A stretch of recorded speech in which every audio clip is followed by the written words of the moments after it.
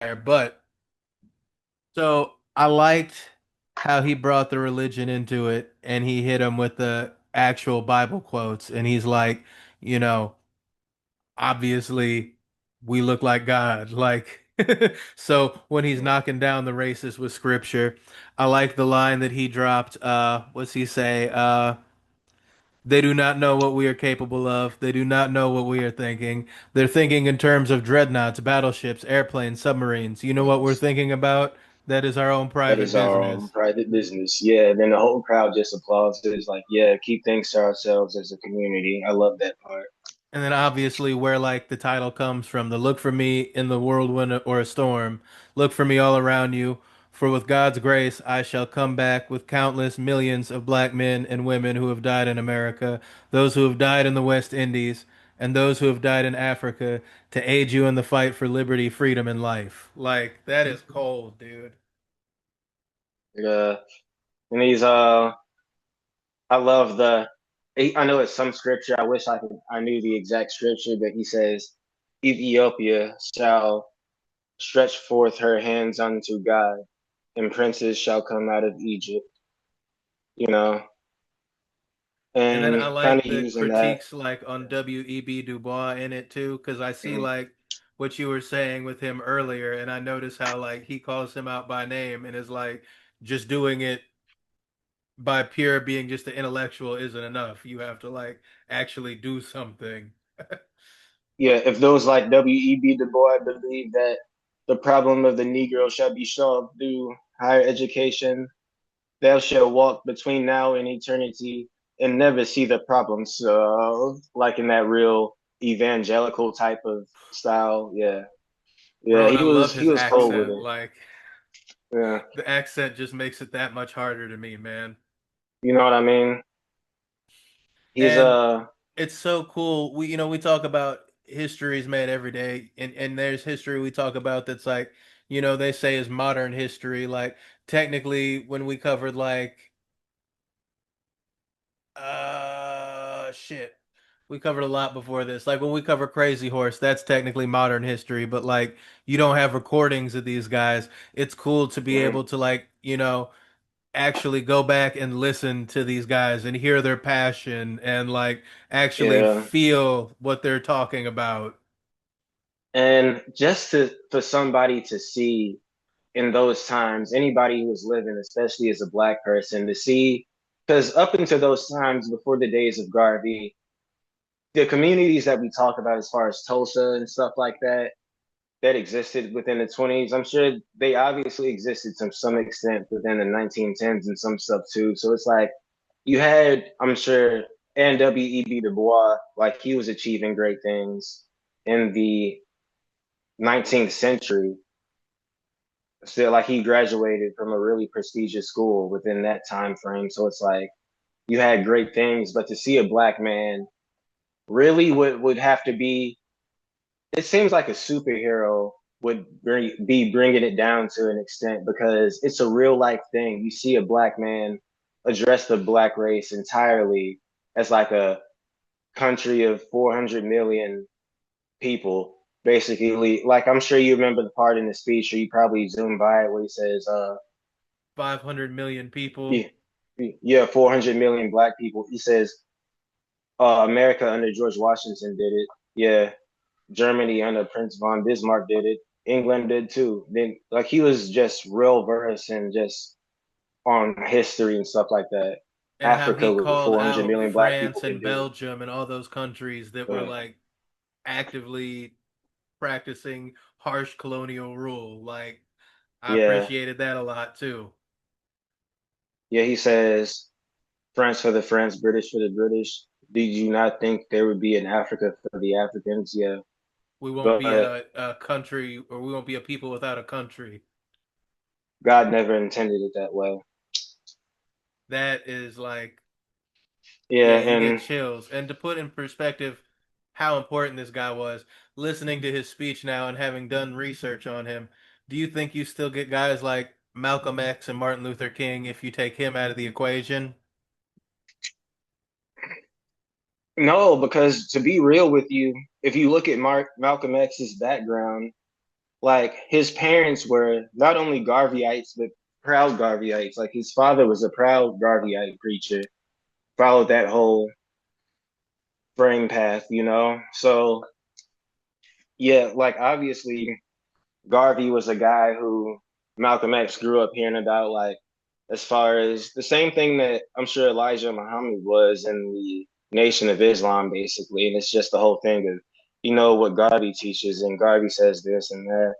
I'm sure he was a really mentor type figure to Malcolm X growing up. So yeah, for a fact. Now, I'm sure that Malcolm is familiar, like obviously, if we know about the whirlwind speech, you know Malcolm is familiar with it. He probably heard recordings of the shit too. And it's like you think about it, like I said, he addressed the black race entirely to the United Nations and demanded rights to the entire black race, like such a powerful thing. And it's not just a thing of giving people their pride just because you're preaching something. He walked the walk and talked the talk on it. Like the guy, and think about the fact that this is like at a time where motherfuckers, do they even have television? Like motherfuckers are still getting entertained listening to the radio. Like social media, what? Like fuck all that. And he creates the largest black organization to date, like the first major one and the most populous one. Like, ain't that some shit? You know what I mean? Like, till this day. And that just shows because if you look at it, the thing between the UNIA, the Nation of Islam, and the Black Panthers, all obviously three different organizations, you know, three different ideologies, practices, things like that. But overall, they all they all gave out food, shelter, and just structure for the community. You know what I mean? And that's where lots of black organizations and things that kind of pose as black organizations, if I'm being honest, because they don't even deserve to be called that, they fail. They just want to really go up to African incense shops and shit like that and run their damn mouths about history and shit like that. And just this is where I think the whole woke hotep image comes in and shit like that. And it's like, no, these motherfuckers, they were like I said with the Black Panthers, they had the free breakfast program and shit like that. You know what I mean? Marcus Garvey, the UNIA, like they put money into the community. So they see on a mass scale what their people, what people that look like them can really do, like practically fresh out of slavery. You know what I mean? Like this is the first major black movement out of the transatlantic slave trade. So that's just some major shit to see it so early, and that's the first instance. Like, what type of pride does that give a people? You know?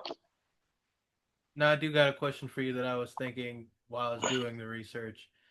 I know that the colonialism he saw in Jamaica really influenced a deal of what, formed his values later on. Do you think you still get the same Marcus Garvey or Marcus Garvey at all if he was born in America instead? I'm gonna be real with you, man, because you even starting to talk about that, it made me want to bring up this, but I think he gets the movement popping quicker because the fact is, I don't think he went over it, but the motherfucker, and it's funny that I'm calling somebody such a, such a crude noun after speaking of him so highly and stuff, but you know I how we feel like do. he'd be down with it. But He'd be like, "Yes, you're the motherfucker." I mean, yeah, I mean, he ended his speech with one love. You know what I mean? One love. Did you hear that? But, but yeah, like he. And Oh listening to shit! his What was I speeches going? and No, stuff. no, no, no, no. The, oh, okay, but I was just about to say, like, he literally tried to get his shit popping in Jamaica first, but he couldn't, you know, and he came here because there was already A place that was like set yeah up yeah intellectually and Harlem was already becoming that spot. And do you think if Harlem isn't there, he's still there? I know I'm asking all the weird what ifs, but it makes, sometimes No, you wonder, no, was he a I hear product you. of the I hear you. time, or was the time like just a man at the right place in the right time? Yeah, all of Like it's that just so awesome how plays. like as we break all this down, sorry, but like as we break all this down, the cool thing that you really start seeing is like how all of these factors come together to make this perfect ecosystem at just the right time for guys like him and Langston Hughes and all these other people to just come up. And I don't know, I know we're looking back on it with future bias that, oh well, if you took all these factors apart, but back then it's like you didn't know it was happening, it just was happening, and that's kind of cool. You know what I mean? Yeah, yeah, I kind of feel that way about certain things in our recent history. Like, not to get off into the bullshit section, show material, but like, you think about the fact that we are really, if you think about it, less than 4 months away from 2017 being 10 years ago. That is crazy. You know what I mean? And you think about a lot of shit from the 2010s, all the blog era moments and stuff. We kind of complained about it at the moment because it was stuff to critique within that era of music that in comparison to the 90s and shit. But if you think about it, it was a lot of classic moments that you didn't really notice at the time. They were just happening and shit like that, and moments that you really miss. And I guess it was like that threefold. But yeah, that's definitely a lot, man. And he was yeah, that's definitely, like I said, superhero level. He uh he really, in the whole "Look for Me in the Whirlwind," that's something that Tupac sampled in his "Me and My Girlfriend" song. And the funny thing about that song is kind of connected to, it's all connected to him in a way, because if you look at Tupac's history and shit, speaking of somebody who's having a murder trial right now, but he, of course, was brought up as a Black Panther. And that's something that they heavily practice. You know what I mean? Just arming yourself, protecting yourself against the government or whoever. Like, if Pac isn't raised as a Black Panther, you don't get incidents like where he saw uh some white cops harassing a black guy and he shoots and kills him. You know what I mean? Like, that's just what Pac was raised as, to protect a black man and shit like that. So that song was as a metaphor. He's really talking about his girlfriend like as his gun, you know. But yeah, And when you see like the influence that he has throughout all these different things, do you think you still get the Black Panthers without Marcus Garvey? that's what I'm saying. That's why Look to Me in the Because then you wouldn't Whirlwind is even get so. like Tupac then if you take him out. You know what I mean? Like that weird Yeah. butterfly effect of everybody that's taken out of the equation with one person. That's how It's influential you are. That's what I'm saying, man. Like, the whole, that's why Look for Me in the Whirlwind is so powerful, just the title of that, because yeah, you can look for him in the whirlwind of things that have gone on throughout the 20th century. And he speaks about, I told you about how he said specifically, like, he hopes that future generations know the things of the 20th century and things like that, and things that have flowered out from that time, like the Black Panthers and all the dust they kicked up, Malcolm X, the Nation of Islam, and like Tupac. Like, you look for him in a whirlwind, and he's throughout all these things. It And is amazing.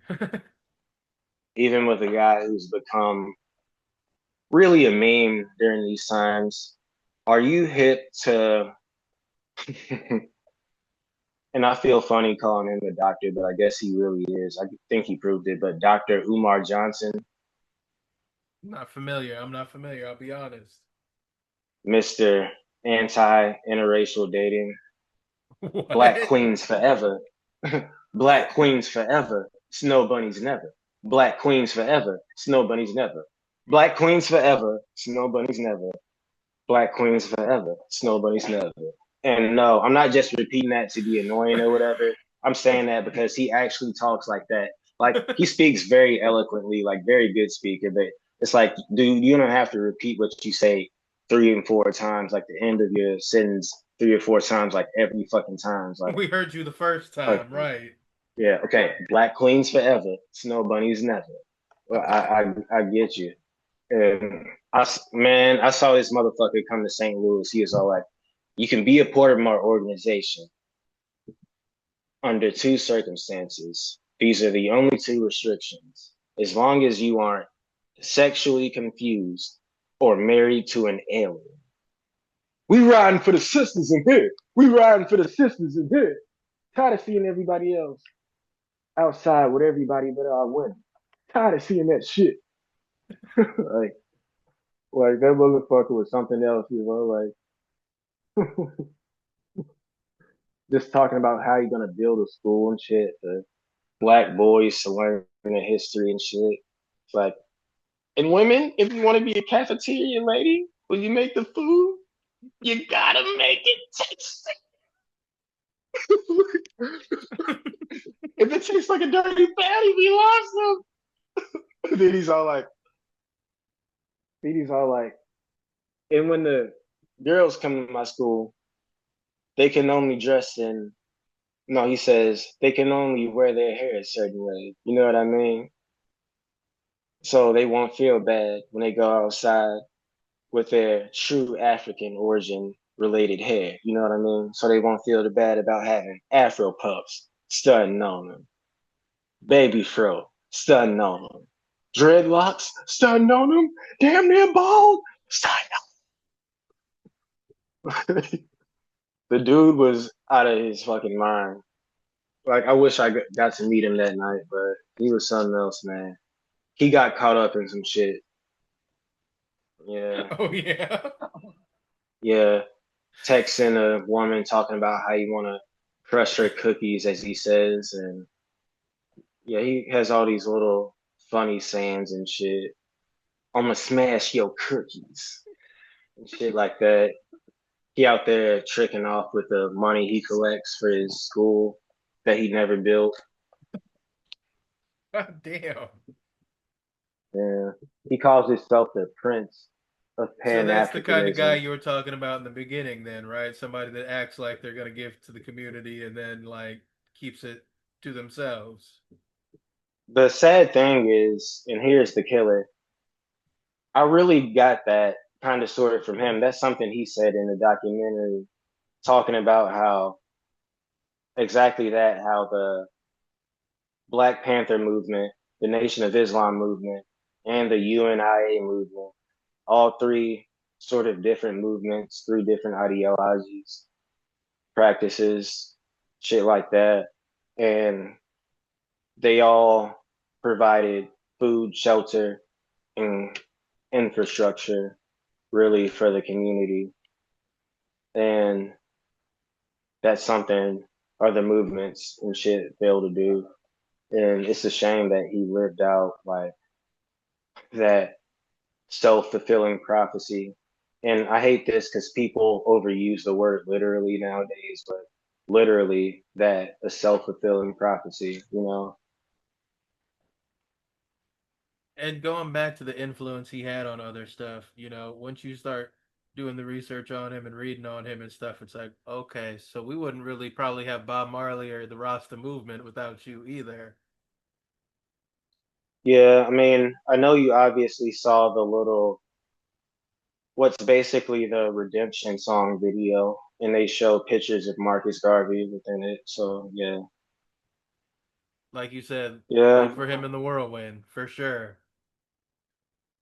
oh yeah. That's I just love the part where he says, "When I die, count on me to come back as the real Marcus Garvey that I would like to be." And that's like you said, look for him in a whirlwind, basically saying he'll be more vengeful in his future reincarnation, so to speak. And we see that truly because the Black Panthers, they were kicking up some fucking dust. Like they got to a point to where if the pigs, as they called them, would play real dirty and just get really intensively cruel with the community, like taking people out, they would do the same thing in return, like just start sniping them, you know, like really ill shit.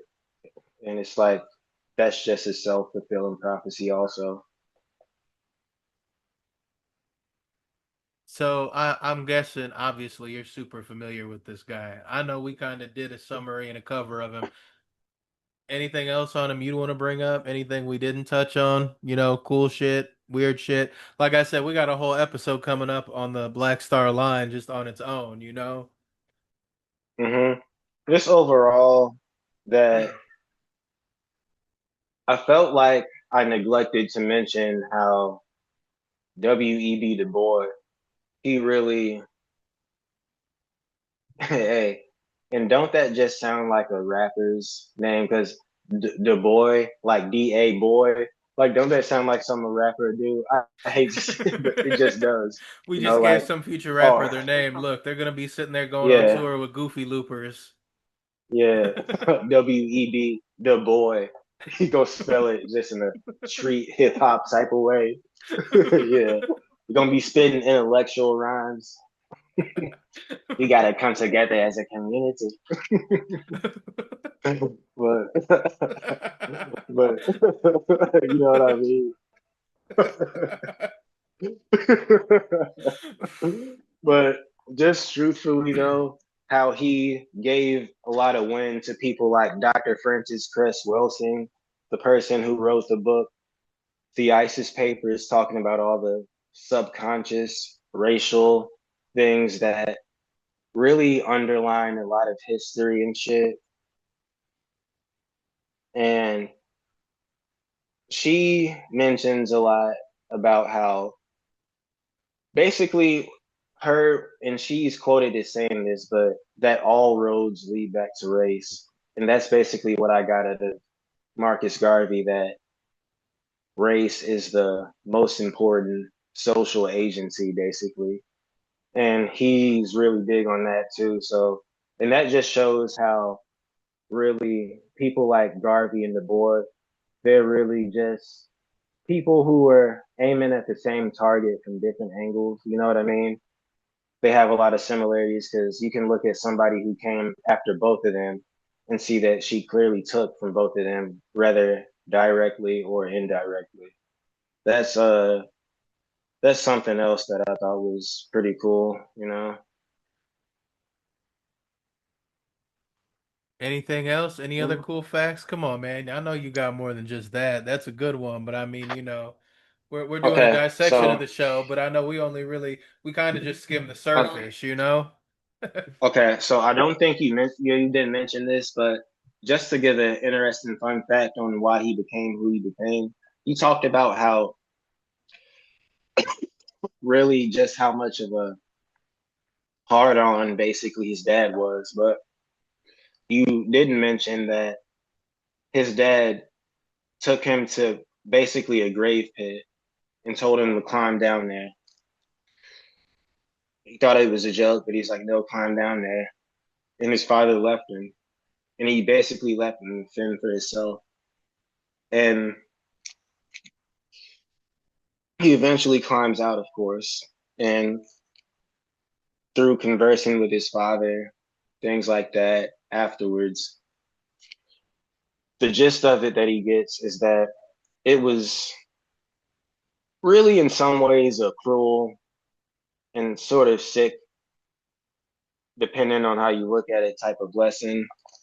Not to diminish him or anything like that, because it was basically a lesson on self-reliance, you know, and that definitely plays into why he became who he became because of that lesson, and I'm sure other lessons like that coming from a father.